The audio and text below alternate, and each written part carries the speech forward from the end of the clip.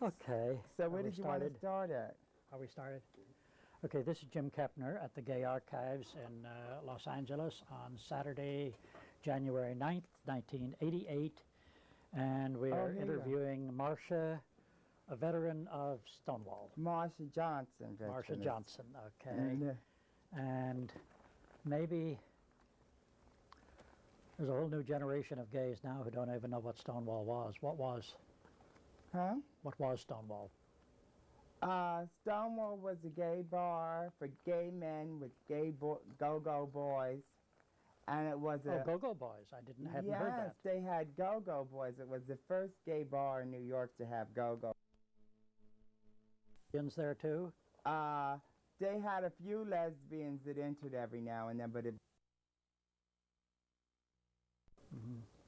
And they played all these records on a jukebox. And in 1969, it was the last gay bar to be raided by Mayor Beam in the village. I mean, they threatened to close this. They had another gay bar called, I think it was Number One. And it was right on Sheridan Square where they have the Charles Ludlam Playhouse now. And in 1969, this mayor threatened to close every gay bar in New York. And at the Stonewall, I was just one of the patrons that used to visit the place. And after a while, they had this great big raid, like once. And they had everybody line up against the wall and show all of our identification. Then the second time, they came in and had us line up against the wall. And then, like, it was all in the summer of 1969. And then the next thing I knew, the place was closed down. But everybody says it was in June that they had the Stonewall riots. As I remember, it was August, because I think I was giving a birthday party then. And I came downtown and they were rioting. But it was like August 28th or something. Because everybody has a hard time remembering what day the Stonewall riots was. All you have to do is go to the Daily News and get the newspaper. It's all there. Now, were you there at the time of the riot? Yes. What happened? Well, people just started throwing over cars, and they were throwing bottles, and they were throwing bricks.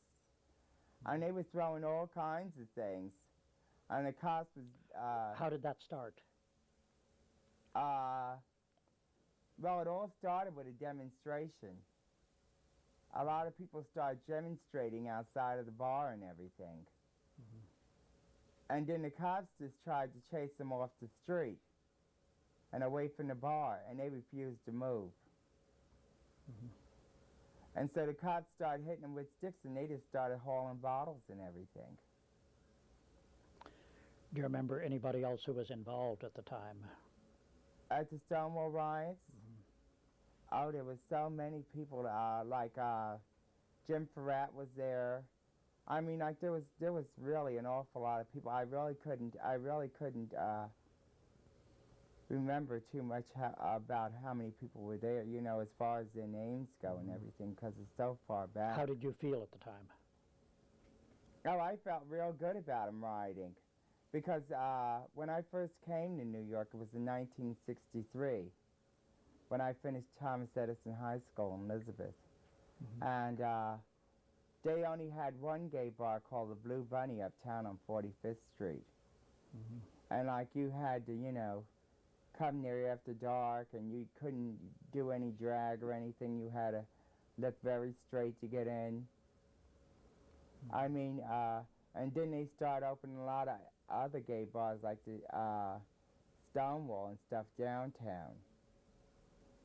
I mean, 1969 there wasn't too many places we could. Was a Stonewall a beer bar or a liquor bar?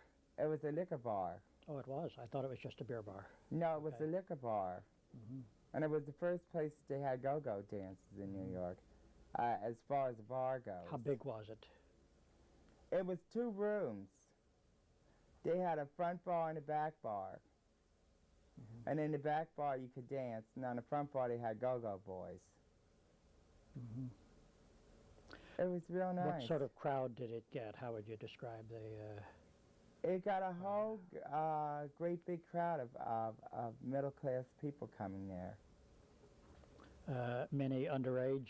No, nobody was underage at the Stonewall. Did they check Everybody's ID? ID was checked. Did they at the check front door. ID carefully? Yes, very carefully. I at had the heard front that door. they didn't. They had two very wonderful gentlemen that worked at the Stonewall that always checked out everything. Did you hear talk that it was a mafia bar? Oh, hear talk? Oh, yes, I heard talk, but I don't know. I think that was mostly talk, but I don't know either. How long it had been in operation, do you know? The Stonewall? Well, when I came downtown in I think it was 1968 or 1967, because I used to hang out uptown. It was open already. And I started just hanging out there. I hung out there for about a year and a half. I mean, it was the only place that you can go and feel free to dance, you know, and nobody would bother you at that time except for the Blue Bunny. Were you going in drag any, or? Yes, I had just started drags then. I wasn't doing drags until the late 60s. On the street or in the just in the bars? I mean, on a regular basis, you know. I used to go in and out of drags on the streets.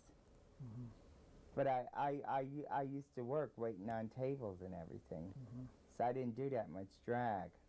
When I came to Stonewall, I started doing a lot of drag. Like when I first went to the Stonewall, I was in drag. As you can see, I'm not doing much drag anymore. I've never seen you in drag.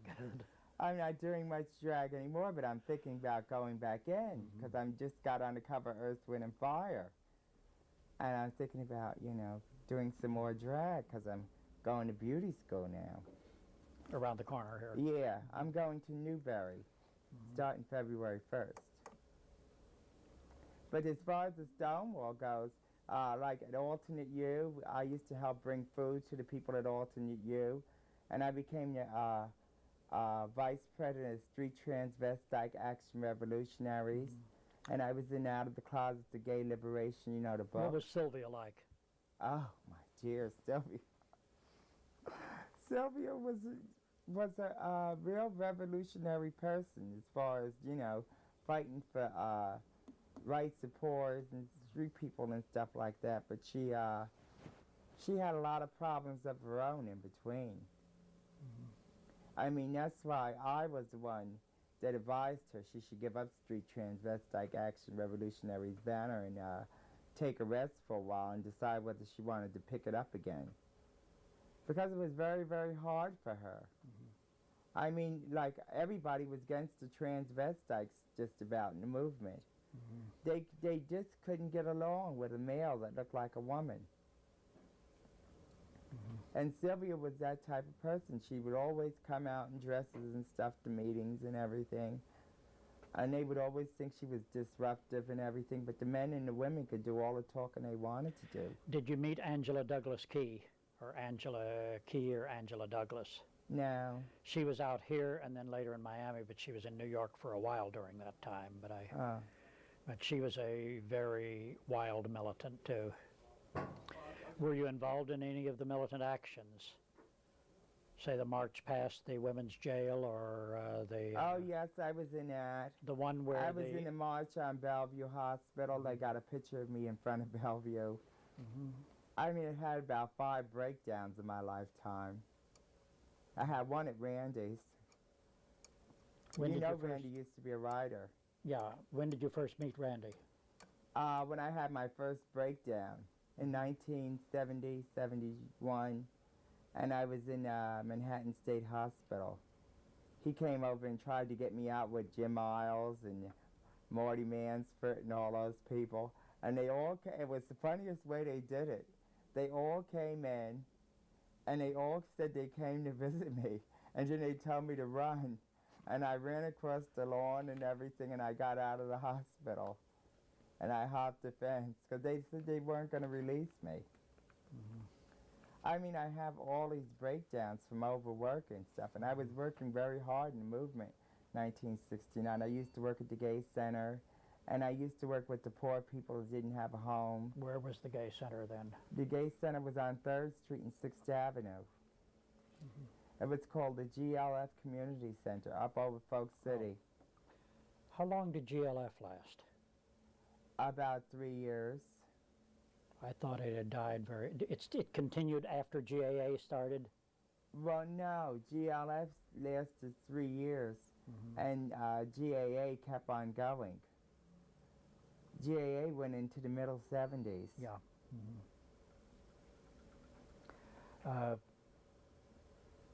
They still got a lot of people around from both movements. Yeah. When Diego, the guy who jumped out the window and impaled himself, jumped out the window of the police station after a bar raid and impaled himself. There was a big demonstration then. That was just a short time after Stonewall. Oh. You don't recall that? No, I didn't go to that demonstration. I can't remember his name now. How about any of the sit-ins? Oh, we had a great big sit-in once at, it was like a building up on the west side. But I forgot what, it was like I'm on 57th Street. We had a great big sit-in at alternate U in Loeb Student Center for a long time. We sat there for about a week. I mean, there was a lot of sit-ins, you know, in those days. And what I did mean, you do in those? Huh? Did you join the sit-ins? I used to like bring food, and I used to sit in for a while. I mean, I couldn't sit there all day long and everything like that and see people starving and everything waiting for food. I mean, and then plus I was in all this, I was in the Angela Davis demonstrations. I mean, I get, and What was, hadn't heard of that one. But when Angela Davis was arrested and arrested by the federal government in New York, oh yeah, all the gay people went down and demonstrated in front of the Women's House of Detention to get Angela Davis out of jail, and we were all in that demonstration for a few days. I mean, in the gay movement, they think we only get into certain gay demonstrations, but it's not true. We get in all kinds of political demonstrations, Did too. you ever go to any of the ones in Washington? I was just in the one in Washington. You in were fact, I was the one that arranged for free tickets. Free tickets for all poor people that couldn't go to the demonstration because they had no money. Because I walked into the gay center on 13th Street and 7th Avenue, and a lot of gay people remember me. Yeah, I helped on the committee here to see who could go that couldn't afford the transportation. Well, see, they remember me because I've been in New York for 23 years, but I've been in the movement for like ever since 1969. I'm in every gay march, and I only skipped 2, and I went back because Ed Murphy, who was the Grand Marshal for the Stonewall riot contingent, he wanted me to ride in the car in just in 1970. I think it was 1976. It was just 2 years ago. And I was here in California walking, you know, alongside the parade. And he said, I got to get back there and be in the front of the parade. So I got on a plane in May, and I got back there, and I was in that car. But it was an honor in some ways, you know. But then it's not an honor in some ways because there's still so many people walking in a parade. I feel better walking. I've been in a car a couple times and I feel icky about it. Well, with this bullet in my back, it's kind of hard. But I think I feel better walking too. I mean, because I've walked so long, you know. That's how come I didn't ask to be in the car a couple more years. I said, let everybody else be in the car. And I walked in the parade this year. And I walked in Washington. What did you think about Washington this time? It was a vision. Wasn't it? I thought it was a vision of things to come. Because you know, if they don't help those people with AIDS, there's going to be another demonstration like that in Washington. I mean, they got billions of dollars to throw out on rocket ships, billions of dollars to throw out on wars. I mean, why can't they spend billions of dollars to help people with AIDS? I mean, they didn't give the people with AIDS any money at all. Yeah, even the money that's been voted hasn't been spent by the federal government. No, they haven't spent a dime. I mean, like me as an individual, when I can, I throw a penny, a dime, a quarter, anything I can in the AIDS cans. How do you feel about the AIDS thing? Do you feel that's changed? Well, I know a lot of people that died from AIDS. I've had a friend, 24 years old, I spent 4 months in California with in a hospital that had AIDS and finally died. And he was on an oxygen tank and he couldn't even breathe. And I came back to New York and went to see a friend that had AIDS in the hospital for about a week, and then I winded up having a breakdown. And he comes to see me in the hospital, and about a week later, after he comes to see me, he goes back to the hospital. He died. That was John Dewey. I mean, I know, I have a friend, I have a lot of friends that have died of AIDS. A couple of the guys who work with Randy are down with AIDS, aren't they? No, they don't have AIDS. They have like ARC. It's a difference. Yeah. And people they don't understand about AIDS. When I was in a hospital, working with this AIDS patient, I like to go to work for more AIDS patients, really. Because I'm really not afraid of the AIDS. It's a virus when you can't fight disease. I mean, if I could do more for these people, I would. Like at Christmas time, I took puzzles and stuff over to the center. And they had already sent everything out to the people with AIDS and stuff, for Christmas. So I just left them there, and I think some poor people didn't have nothing picked them up.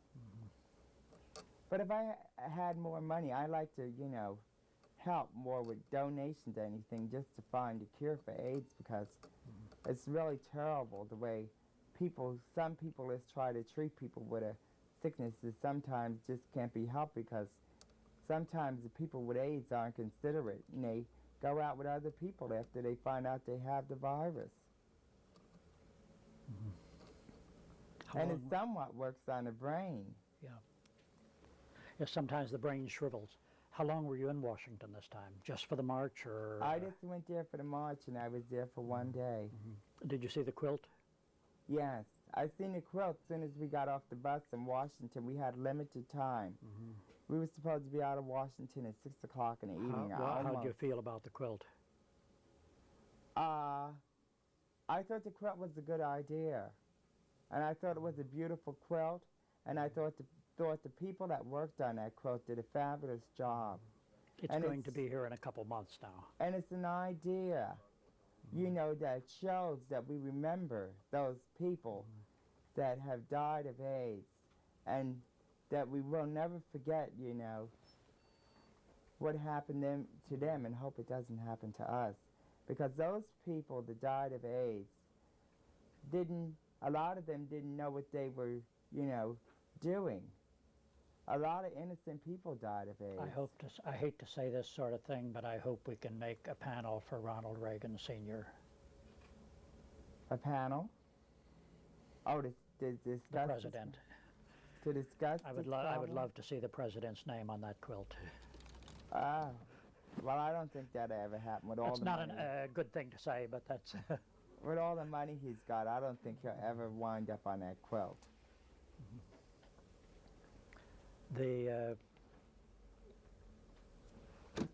I mean, on the tape of Washington, they showed where people went to the Arlington Cemetery to see the unknown soldier. I mean, there's a lot of unknown gays that have marched in the war, just like they said. And I mean, I think those people, it's wonderful they remember those people. That's how come every year, no matter where I am, I try and get back to New York to go to the candlelight vigil for AIDS patients in New York. And we had about 500 people walking in that vigil this year. I haven't been to one of those yet.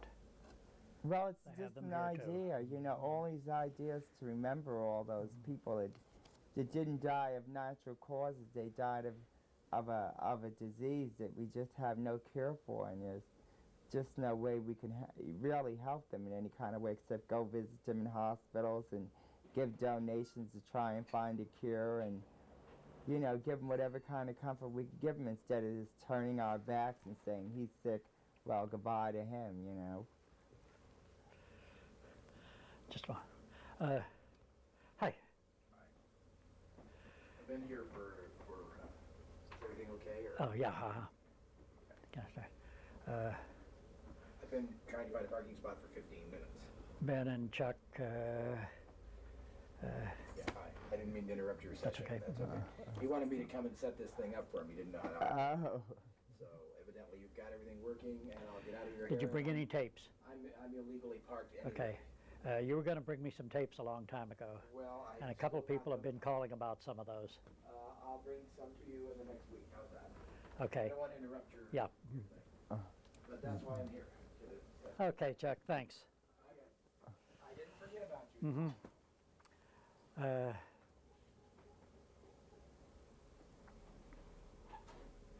You know, I was born in Elizabeth, New Jersey. Mm-hmm.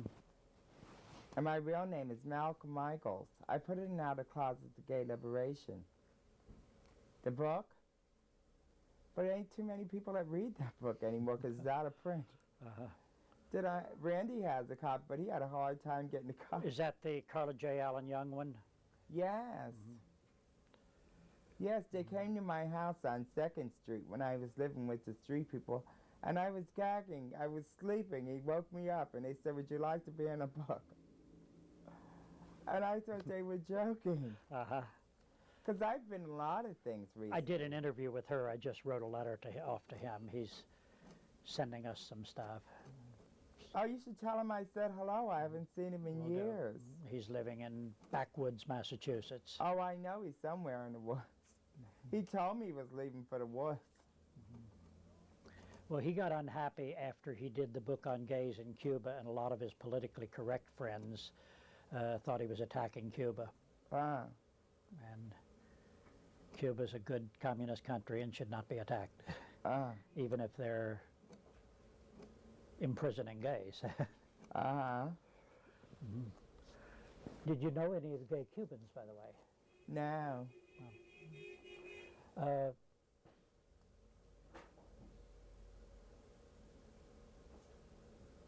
What do you feel about some of the changes in the gay community? Well, I love the new change they got. Did you hear about the new change they have in the gay movement in New York? What's that? They got this new group called ACT UP? ACT UP. And they're really fabulous. I went to the last ACT UP, one of the latest. There's an ACT UP group here. It's a bit different, but they've started one here too. Well, I went to ACT UP from the Gay Center, and we went over to the UN building, and we sat and demonstrated for 5 hours for fundraising for AIDS patients. And it was really nice because we all got together and we just walked and carried our banners and chanted. And after about 5 hours, we just broke up with a peaceful demonstration. But my dear, without demonstrating and stuff like that, people don't know that we care about these people. I mean, my dear, I really got great concern for these people, you know, when I watched the way they treated my friend in the hospital. But I was going to see AIDS patients before that because I went to see him in New York. Well, my friend just got the AIDS treatment. He was in the hospital for a heart attack, and because his doctor handled a lot of AIDS patients, they put the red sign on his door, and everybody who came in and out had put on gloves, apron, and masks, and then threw them away as they went out, and his wastebasket was piling up fast as hell. Well, the masks and stuff, when I was in California, I had to wear a mask, smock, shoes, everything, you know, an apron. I had to really dress to go into that room because the masks and stuff is supposed to be for their protection, just in case, you know, breathing germs and stuff. Just in case you're carrying germs on your hands or anything. Because these people are very delicate, you know. I mean, you know, I had to clean up the whole house just in case my friend came home. Yeah. It had to be spotless. We had to get rid of dogs, everything. You know, a couple have died of cat fever. It's not serious ordinarily, but if you've got AIDS, any little thing can be serious. Yes. When did you come out? How early? Or were you In ever 1963. Uh-huh. I came out right after I finished high school. But I thought, see, I was a young kid raised in church. And my mother didn't tell me anything about gay life ever. She used to say the stork bought us, you know, and she used to tell me all kinds of little fairy tales. And then she started telling me there were gay people out there, you know. But she didn't tell me they had sex or anything. So when I was 17 years old, I was still very naive, and I was in the United States Navy. And I got an honorable discharge under honorable conditions registered in Washington. But I only made like 6 months in reserves before I was kicked out because some boy touched my ass, and I just punched him in the jaw. I was very, very, very late coming out in the homosexual life because I wanted education first. Mm-hmm. So after I finished Thomas Edison High School, I started to going out searching to see if there was really anything out there. Did you have different feelings early on? Early on, I didn't think about sex. I never had sex with a person until after I was 18. I was almost raped. Did you ever get teased as a sissy or anything like that? Yes, but I didn't pay any attention. I was almost raped when I was 16 years old by the boy next door. Mm-hmm. But see, I was never a very sexual person as a child like a lot of other people. Mm-hmm. I couldn't be bothered. I tell myself, I used to watch. What were you interested in school? Huh? What were you interested in school? I was interested in cooking and house cleaning and pretty much what I do nowadays. Mm-hmm. Cooking and house cleaning and managing a restaurant and learning how to, you know, do different things for survival just in case of emergency. Mm-hmm. Did you have any romances in school? Oh, no, I wouldn't go out with anyone. Anyone that was interested in me, I always used to chase them away. Mm-hmm. I couldn't be bothered. Mm-hmm. I said, this person doesn't really love me. They're just playing a game here. Did your mother or your relatives ask you, well, when are you going to get married? Why aren't you going out with girls? They used to always ask that. How'd you handle it? Well, the way I used to handle it, I just said I didn't have any time. Mm-hmm. I was too busy shining shoes or going to school or, you know, mm-hmm. or going to church on Sunday. My sister said, you're just a hypocrite going to church every Sunday. But I used to meet interesting people. I used to meet all these different people. They used to take me to camps and everything. I mean, they used to take me on all kinds of trips. Because, see, I used to go to Protestant church, and the Protestant and the Baptists used to hang out together on Sundays sometimes. Mm-hmm. And they used to take me all kinds of different places. But no sex was discussed there or anything. It was just like the Lord all the way, you know. How far is Elizabeth from New York? About 7 miles, 5 miles. Did you get over to New York much when you were a kid? No, I didn't go when I was a kid. I went when I was like 17 years old. Mm-hmm. That's what made me know New York was much different from New Jersey, because in Elizabeth I hung around with all these straight kids on Broad Street when I was 16 and 15. How far is Elizabeth from Hoboken? Is it in the same part of New Jersey? About 6 miles. Uh-huh. It's not far to Elizabeth, from about 10 miles maybe, because in Jersey, see, going to New York, Elizabeth is right on the coastline. Oh, Hoboken's way over on the other side. Mm-hmm. Elizabeth is right next to New York. You just go right through Newark, and you're right up the turnpike, and you're in New York City. Mm-hmm. It took me an hour by bus each time I came over there.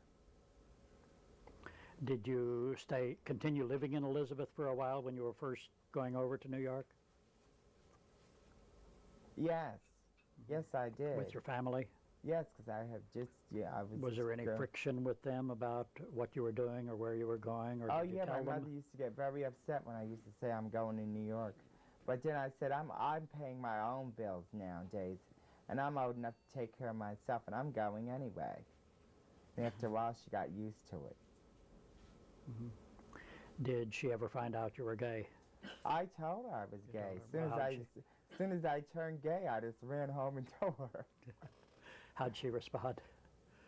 She said it's the phase, you'll get over it. Mm-hmm.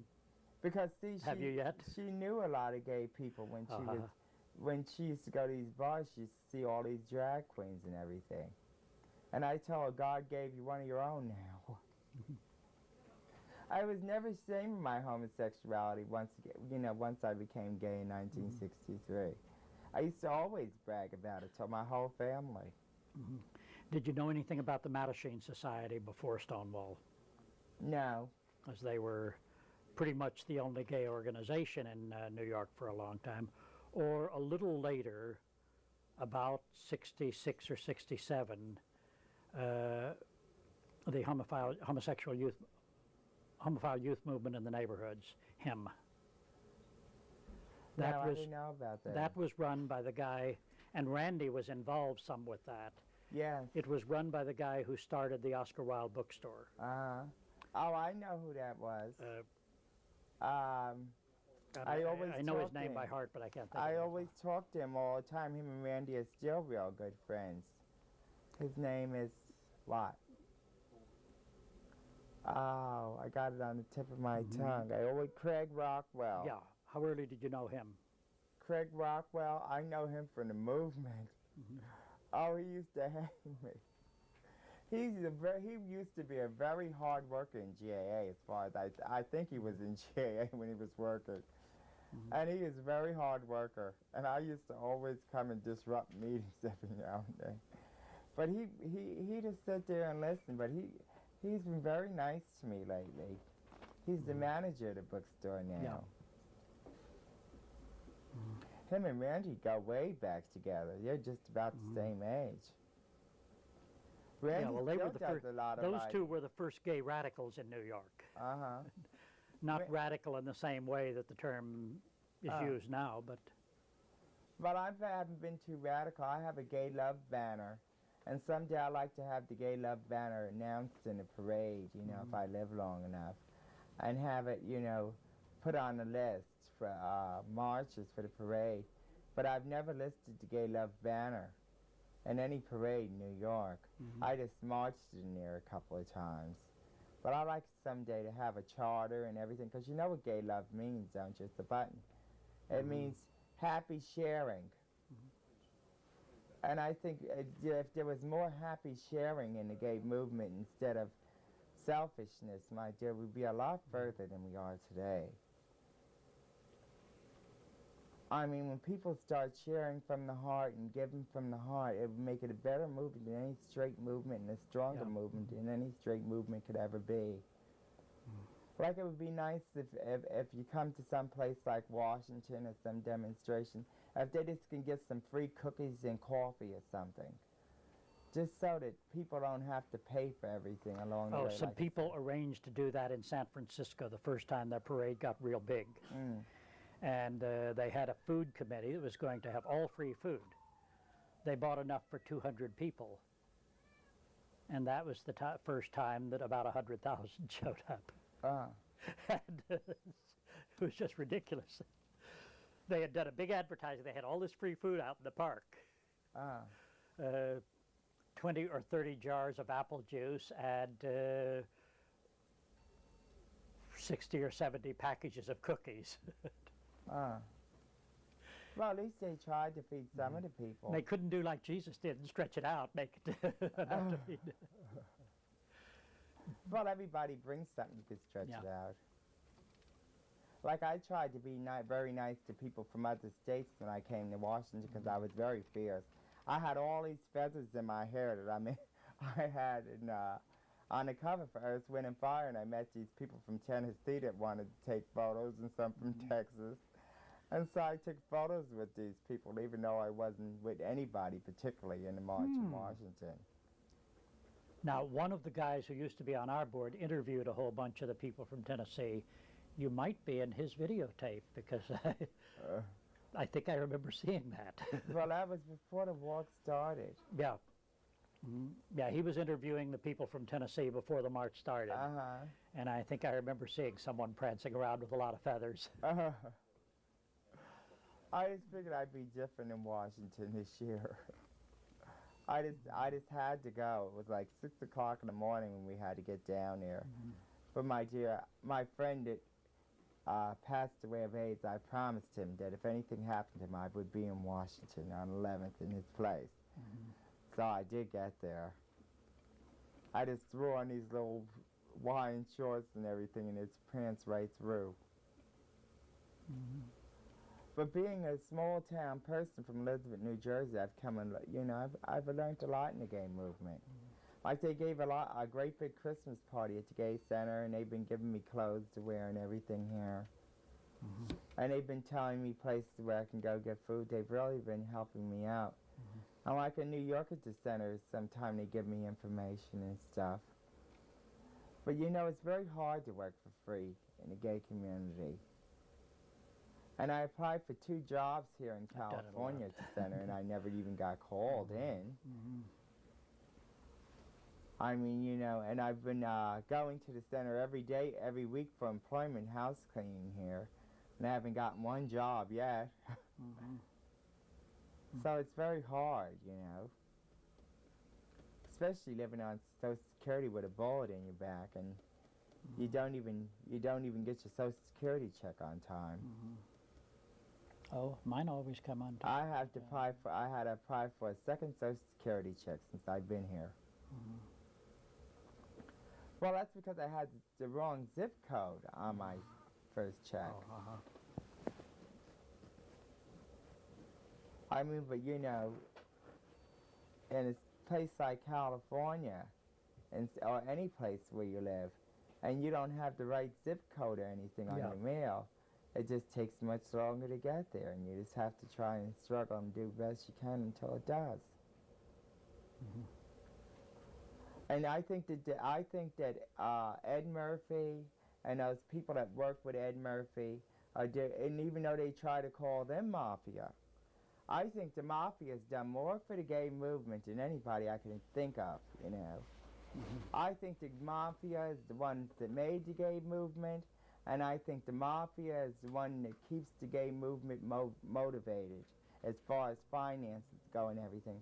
And I can't see how anybody ever puts the mafia down as far as the gay movement goes, because they're the ones that put out tons of dollars to open gay bars and stuff like that, and put their lives on the line when people try and cause trouble at gay bars. I mean, what are people saying when they say mafia? My dear, a lot of people say mafia because they don't like these people to stand up at the front door and screen you for ID and everything like that. But if they didn't, a undercover cop can come in here anytime they want and just close the place down. What's Ed Murphy like? He was the bartender or the manager of the Stonewall at the time of the riot? He was like a manager. But I wasn't there when Murphy was there. There were other people there when Murphy was there. I was there when Murphy was manager of 10th of Always. And he was a very, very nice person then. He's a very, very nice person now. I mean, he was so good to transvestites, it was to be believed. I mean, he's always been, one time I went to, 3 times I went to Ed Murphy for help in the gay movement, and each time I got it. I went there for $100 once because I needed it to help send a friend back to bring a friend in from Baltimore because his friend was sick. He was like, he had like a stomach infection. He had to have his appendix taken out. And then there was a person named Bambi who was a transvestite from the 82 Club that died in New York. We had to have her cremated. I went to Ed Murphy and his committee and I asked for $250 and I didn't even have to pay it back, and we had him cremated in the ashes thrown on Christopher Street. We all went there and threw the ashes. They're still there, all the way Christopher Street, all the way to the water. And they like film that, you know. I mean, and he always helps out at Christmas time with the children and everything.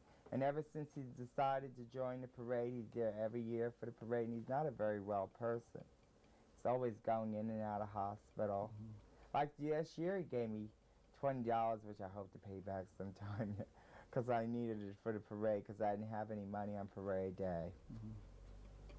I mean, he helps out tons of mentally retarded children all year long.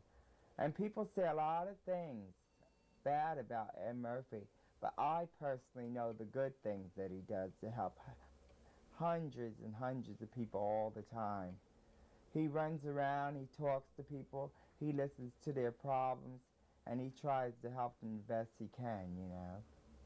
And I mean, for one individual, he's got a lot of awards to prove for the credits that he's done a lot of work for people. And you never hear anybody at the mental retarded center say anything bad about him.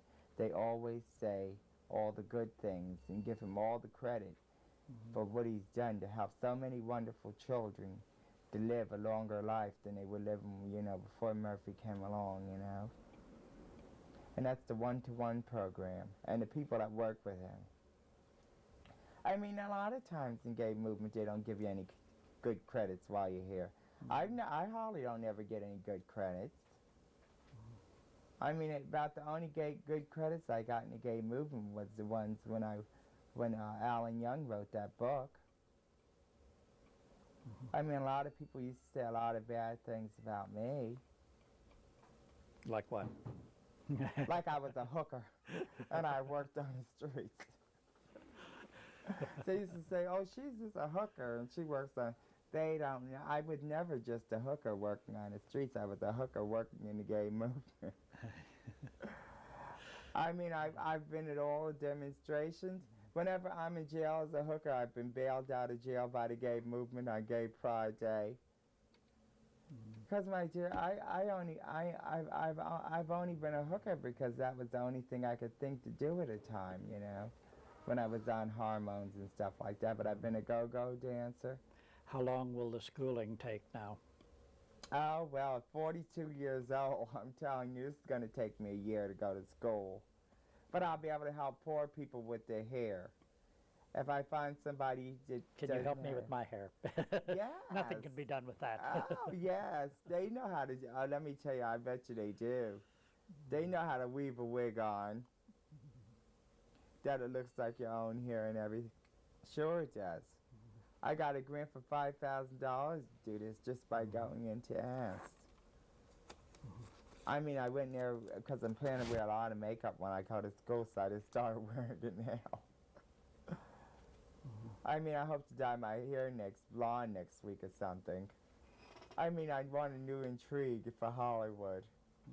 I've been 86 from 2 gay bars already since I've been here, the Gold Coast and another one. Oh, how come? I don't know. Like in New York, I'm 86 from all these bars, and I don't even know why. They just say you can't come in. But this always happens to me, Jim. All the time. I'm so used to it as to be believed. I could go into a straight bar and get a drink anytime I want, sit down. Think it's because you're not butch enough or racial? I don't really know. I don't really care about it, you know. I mean, when I first came to Hollywood, I went to the Hollywood bar, and they said, you have no identification, you can't get in here. And then I have identification. And, you know, they just say I can't get in, I just pay no attention. Gay places are not very important for me to go to. Especially bars, but I just like to go in and peek around and have a beer or something. If they're very nice to me, I'll go back and spend money, but if they're not, I just don't even waste my time because I'm really not a bar person. And I've come a long way as far as growing up. Like, if people say I'm a druggie, I don't even care. If I feel like dabbing into drugs, I just go on and do it. You only got one life to live, Jim. You don't live it to please other people. You got to live your life to please you, no matter what it is. If you're here for a day, because tomorrow is not promised to anybody. And I just live my life from day to day since the ball got my back. How'd that happen? I was out with a taxi cab driver, and I got paid $20 to get fucked. I finished the job. I walked down the street, and he calls me back. I see the gun, I run, and he fires. And they didn't do anything to him. He just left me out in the middle of the street. Mhm. I mean, but you know, you just never know when you're going nowadays. And I mean, I plan to continue to work with those people in ACT UP when I have a chance, but I'm just in California for a while trying to get myself more together as far as finances and stuff go, because I only get $372 in New York, and I don't know how I'd ever make it in New York without Randy Wicker. I mean, Randy's been He's a such gem. help for me for so many years in New York, like 3 or 4 years he's been helping me budget money and everything, otherwise I wouldn't even survive. I mean, but I got to go back to New York, even if I'm going to school for Gay Day for the parade this year. So I'm going to be in school. We have our parade here the same day as the New So York one. what I'll do, I'll just take a week out of school and I'll just go. Well, you could go to the one here. No, it's not like... It's different. It's very different. I'm not sure you'd like it as much. Oh, I like it. But you know, a lot of people are going to be wondering where I am all winter.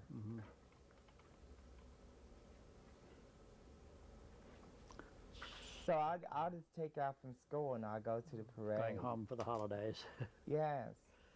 I wanted to take out of school and go home for Randy's birthday, but I'm just going to be starting. When is his birthday? February the 3rd. I'm just going to Do you know send how him a old he is present. now? Randy's going to be 50.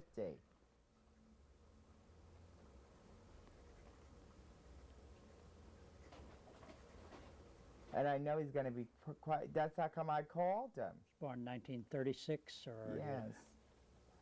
About 1936 is right. 38, no, 38. If he'd be, will he be 50 this time? Yes. Okay, it'd be 38, yeah. Okay, anything else you can think of? I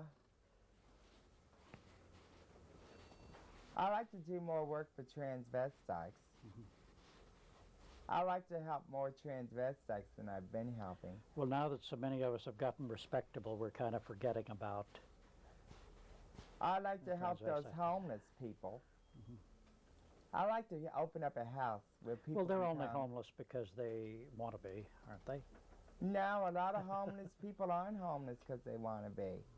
A lot of people don't understand homeless people. Homeless people are usually people that are uneducated. They never finished high school, that are runaways, that are molested as children, victims of child abuse. I mean, and these people grow up and they don't know what to do with their lives. And they wind up on drugs, and they wind up on Santa Monica Boulevard or any other boulevard, the West Side Highway. I mean, they wind up dead or something from depression. These are like young people that if you can grasp them and give them food and a place to stay and finance to, send them to a school where they can learn how to read and write, some of them can make something out of themselves. But hardly anybody ever does that. I mean, you can't, like this person that I know that died of AIDS, I grabbed him at 14 years old. And I held on to him and I tried to help him in any way I can, like buying him food and giving him a place to stay and stuff. And he managed to make it to at least 24 years old. But if I would have left him out there, heaven knows he might have died earlier than that.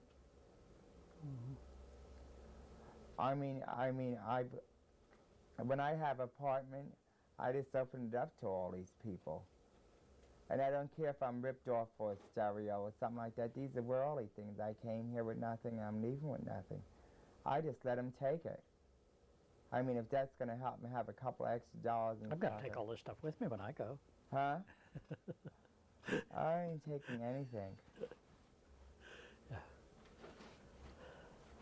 I've not just only helped these people in the past. I plan to help them in the future. But I take rests, and this is my rest in California where I'm going to school. You plan to go back to New York then? I plan to go back to New York, yes. New York is, it's me for 23 years. I know so many people there. Can you get the other one over there? Just pick it up, yeah.